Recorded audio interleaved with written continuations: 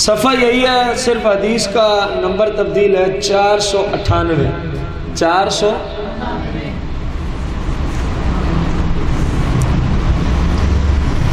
حضرت بشیر بن نحیق رضی اللہ تعالی عنہ قال كنت اكتب ما اسمع من ابی ہریرہ،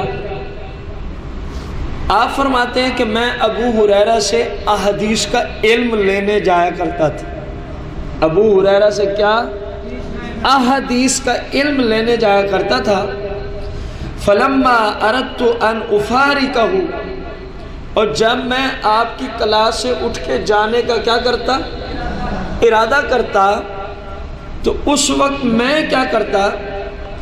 جو کچھ احادیث میں نے آپ سے لکھی ہوتی، جس طرح آپ لکھ رہے ہیں، اس طرح جب ابو ہریرہ سے پڑھنے آتے تو احادیث کو لکھ لیتے، اور جب اختتام ہوتا اس وقت پڑھنے کا تو جو کچھ لکھا ہوتا تو اپنے شیخ ابو ہریرہ کے سامنے لے آتے، اور پھر فرماتے فَقَرَأْتُهُ عَلَيْهِ، وہ میں ساری احادیث جو لکھ چکا ہوتا ابو ہریرہ سے سن کے وہ ساری اپنے شیخ کو سناتا کہ دیکھیں آپ نے آج یہ حدیث بیان کی ہے، میں اس کو لکھ کے جا رہا ہوں، اگر آپ تصدیق کر دیں تو اس کو محفوظ کر لیا جائے کہ واقعی میں نے یہی پڑھایا آج، واقعی میں نے یہی احادیث مبارکہ پڑھائی آج۔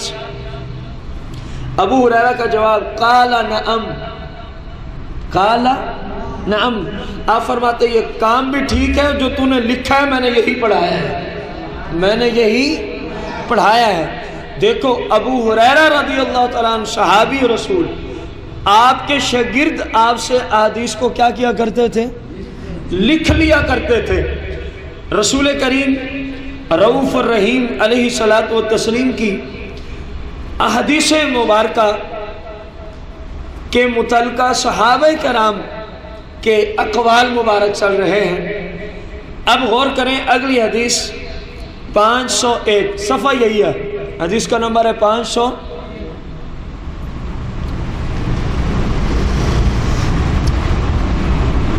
حضرت عمر بن ابو سفیان، عمر بن ابو سفیان کہتے ہیں انہ سامع عمر بن الخطاب، یہ کہتے ہیں کہ میں نے سیدنا فاروق اعظم عمر بن خطاب سے خود سنا، عمر بن خطاب سے خود سنا، یقول، کیا سنا؟ سیدنا فاروق اعظم شہنشاہ عدالت فرما رہے تھے قید العلم بالکتاب، جو کچھ علم لیتے ہو نا اس کو لکھ کے محفوظ کر لیا کرو، اس کو لکھ کے کیا کر لیا کرو۔ یہ خلیفہ ثانی کے ارشاد مبارکہ میں سے ایک ارشاد ہے کہ اپنے شاگردوں کو جن تک آپ احادیث پہنچاتے، رسول اللہ کی شریعت کا علم پہنچاتے، جو آپ کی مجلس میں سیکھنے آتے، آپ ان کو کیا ارشاد فرماتے کہ ان احادیث کو لکھ کر محفوظ کرو، ان احادیث مبارکہ کو لکھ کر محفوظ کرو، لکھ کر کیا کرو؟ محفوظ کرو۔ صفحہ نمبر 147،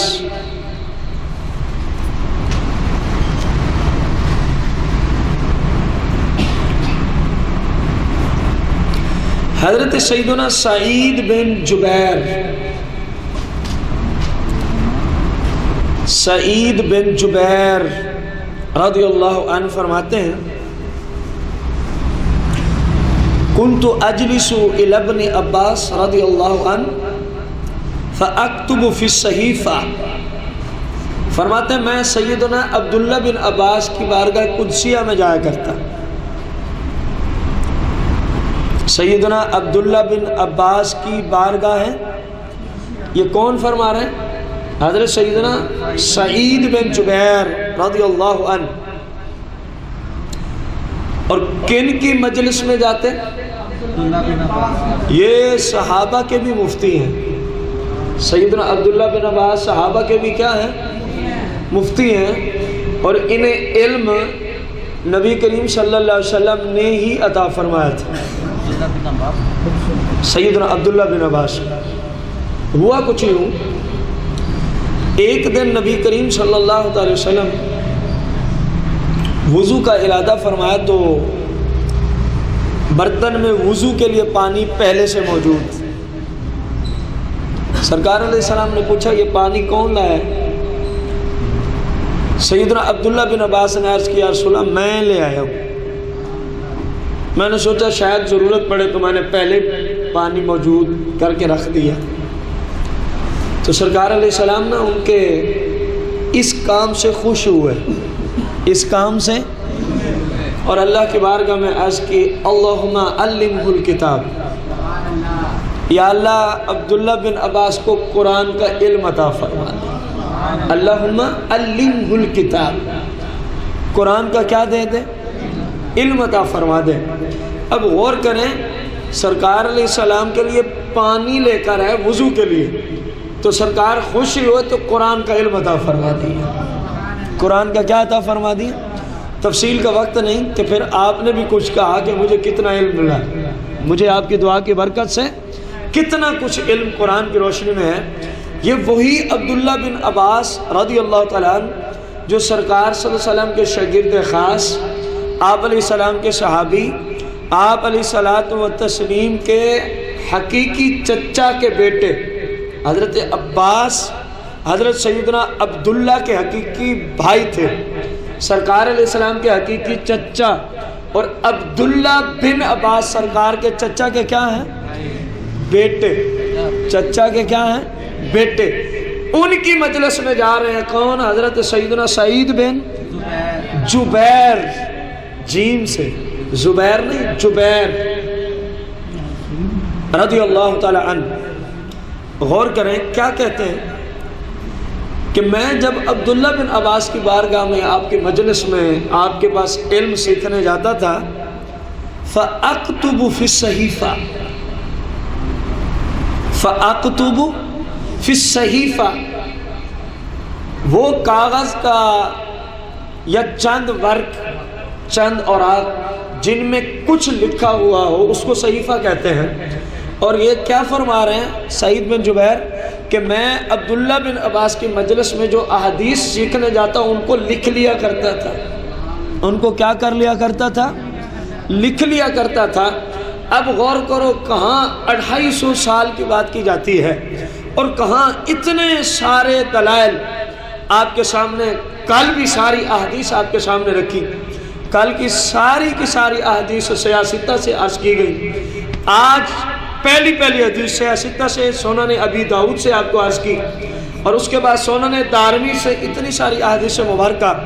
اگرچہ اس موضوع پہ محدثین کا کلام بہت سارا وسعت کے ساتھ موجود ہے، لیکن ایک انسان کے لیے اگر وہ انصاف کے ساتھ کسی مسئلے کو لینا چاہے تو اتنا کلام کافی ہے، بلکہ مسلم کے لیے تو ایک حدیث ہی کافی ہوتی ہے، ایک حدیث ہی کہ سرکار نے یوں فرما دیا، بات ختم ہو گئی، بات کیا ہو گئی؟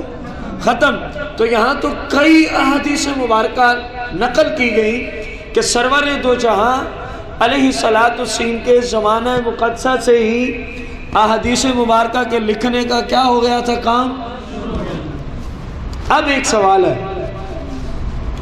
جس کو عمدۃ القاری شارح بخاری نے حل فرمایا ہے، اور اس کو فتح الباری، یہ بھی شارح بخاری ہے، علامہ ابن حجر الاسقلانی، ان دونوں محدثین نے اس اعتراض کو اٹھایا۔ پہلے اعتراض کو سن لیں۔ بعض احادیث مبارکہ میں ہے کہ سرکار علیہ الصلاۃ والتسلیم نے حدیث کو لکھنے سے منع فرما دیا، حدیث کو لکھنے سے کیا فرما دیا؟ بعض احادیث میں یہ کلمات موجود ہیں، صحیح احادیث میں فرمایا احادیث نہ لکھا کرو، اور جن میں اجازت ہے وہ کل بھی آپ نے سنی، آج بھی آپ نے۔ اب محقق نے علامہ بدر الدین عینی رضی اللہ تعالی عنہ نے ان دونوں احادیث کو نقل فرمایا کہ ایک طرف ہے نہ لکھو، ایک طرف کثیر احادیث ہیں کہ لکھ لو۔ کیا فرمایا؟ لکھ لو۔ تو آخر اس کی کیا وجہ ہے؟ تعارض کیوں آ رہا ہے؟ ایک ہی کام کی ایک طرف اجازت ہے، ایک ہی کام کی دوسری جانب ممانعت ہے۔ اب اس کا جو جواب دیا غور سے سننا، فرمایا کہ یہ سرکار علیہ الصلوۃ والتسلیم نے اس وقت یعنی ایک خاص ٹائم پہ لکھنے کو منع فرمایا تھا۔ وہ کون سا وقت؟ جب قرآن کا نزول ہو رہا ہو، جب قرآن پاک کا نزول یعنی قرآن نازل ہو رہا ہو، اور اسی قرآن کے نزول کے مفہوم کے ساتھ ملتی ہوئی کوئی حدیث بھی ذکر کی جائے تو شارح بخاری نے لکھا، سرکار نے فرمایا اب حدیث نہ لکھنا، اب صرف قرآن لکھنا، کہیں مکس نہ ہو جائے، بعد میں لوگ یہ نہ سمجھتے رہے یہ بھی قرآن ہے، یہ بھی کیا ہے۔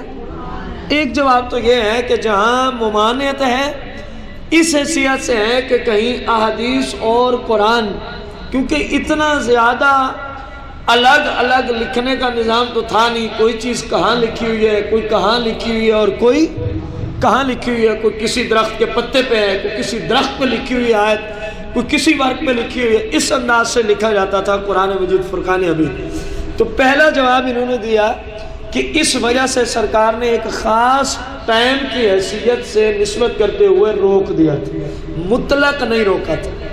جبکہ ایک اور جو جواب دیا جو ہر بندے کی سمجھ میں آئے گا، فتح الباری نے بھی لکھا، عمدۃ القاری والے نے بھی لکھا کہ جن احادیث میں ہے کہ نہ لکھا کرو، تاریخ کے اعتبار سے یہ پہلے کی حدیثیں ہیں، یہ حدیثیں، اور جن میں ہے احادیث کو لکھو، احادیث کو تاریخی پس منظر میں یہ بعد کی احادیث مبارکہ ہیں، یہ بعد کی احادیث مبارکہ ہیں۔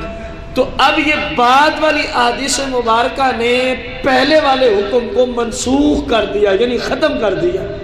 کیا کر دیا؟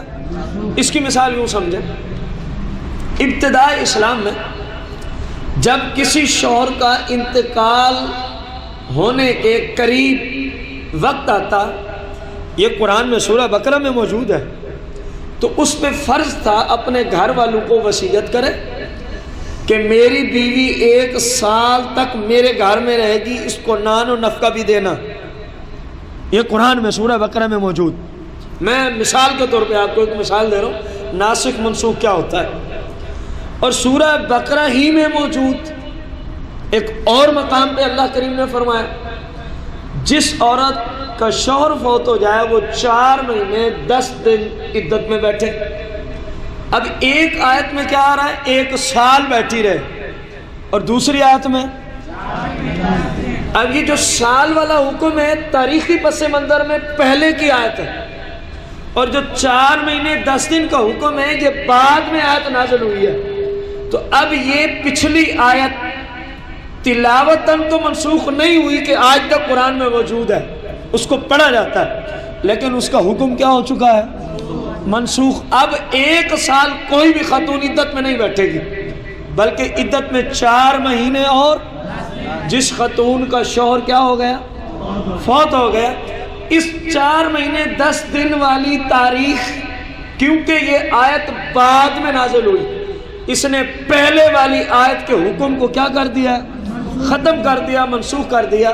بین یہی صورتحال ہے، جن احادیث میں فرمایا نہ لکھو یہ پہلے کی تھی، اور جن میں فرمایا اب لکھ لو، یہ اب کا جملہ میں نے بڑھایا تاکہ مسئلہ سمجھ آئے۔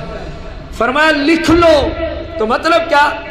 اب وہ پہلے والا حکم ہم نے ختم کر دیا کہ نہ لکھو، بلکہ اجازت ہے لکھو، بلکہ اجازت ہے۔ جس طرح سیاح میں ابتداء اسلام میں آپ نے فرمایا کہ قبرستان یا قبر والوں کی زیارت کرنا حرام ہے، سیاح میں حدیث موجود، کیونکہ زمانہ جاہلیت میں لوگ قبروں پہ سجدے کیا کرتے تھے، قبروں پہ کیا کیا کرتے تھے؟ تو ابتداء اسلام کی تھی، سرکار نے حکمت جانی، فرمایا حرام۔ جب دیکھا اب تعلیمات عام ہو چکی ہیں، ان کو پتہ چل گیا ہے کہ سجدہ فقط اہل سنت کے نزدیک کسی مزار پہ سجدہ کرنے کی شرعاً اجازت نہیں ہے، حرام ہے، سرکار علیہ السلام نے منع فرما دیا۔ پھر سرکار نے فرمایا میں نے تمہیں پہلے روکا تھا کہ قبروں کی زیارت کو نہ جانا، لیکن اب اجازت دیتا ہوں فازوروہا، اب جایا کرو، اب قبر والوں کی زیارت کے لیے جایا کرو۔ اب پہلا حکم منسوخ اور دوسرا ناسخ۔ ایک اور مثال، ابتدائی اسلام میں 2 نمازیں تھیں۔ کتنی تھی؟ اعلیٰ حضرت نے رضویہ شریف میں لکھا کتنی نمازیں تھیں؟ جب سرکار معراج کی رات تشریف لے گئے تو مالک نے 5 فرض کی، یعنی 50 سے 5 فرض کی۔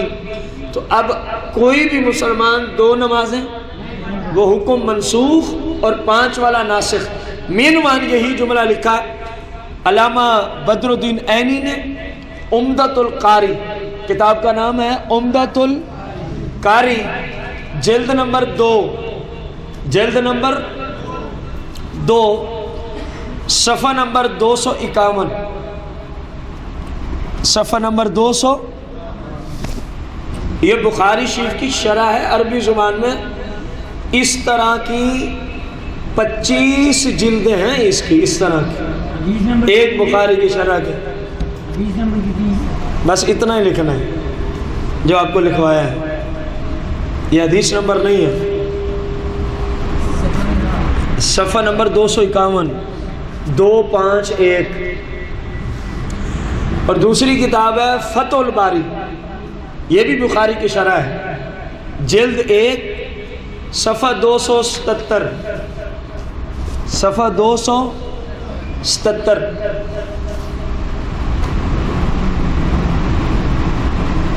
فتح الباری کی جلد کیا ہے اور صفحہ؟ یہ دوسرا جواب آپ نے یاد کرنا ہے۔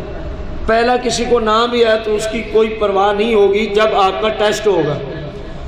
دوسرا جواب دینا لازم ہوگا سوال کے جواب کے درست ہونے کے لیے، کہ پہلے والی حدیثیں جن میں آیا نہ لکھو وہ منسوخ ہیں، جن میں آیا لکھو یہ ان کے لیے ناسخ ہیں۔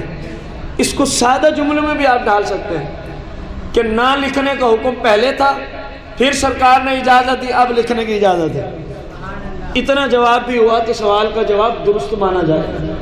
اللہ کریم ہم سب کو نبی کریم علیہ السلام کی احادیث مبارکہ، شریعت مبارکہ کا صحیح معنوں میں علم اور فہم حاصل کرنے کی، پھر عمل کرنے کی توفیق عظیمہ عطا فرمائے۔ آمین بجاہ نبی الکریم علیہ الصلوۃ والتسلیم۔ اللہم صلی علی سیدنا و مولانا محمد کما تحب و ترضی۔ یا اللہ یا رحمان یا رحیم یا ارحم الراحمین، یا ارحم الراحمین یا ارحم الراحمین۔ اللهم ربنا تقبل منا إنك أنت السميع العليم وتب علينا إنك أنت التواب الرحيم۔ اللهم ربنا زدنا علما نافعا من القرآن والحديث، وصلى الله تعالى على خير خلق محمد وعلى آله وصحبه وسلم۔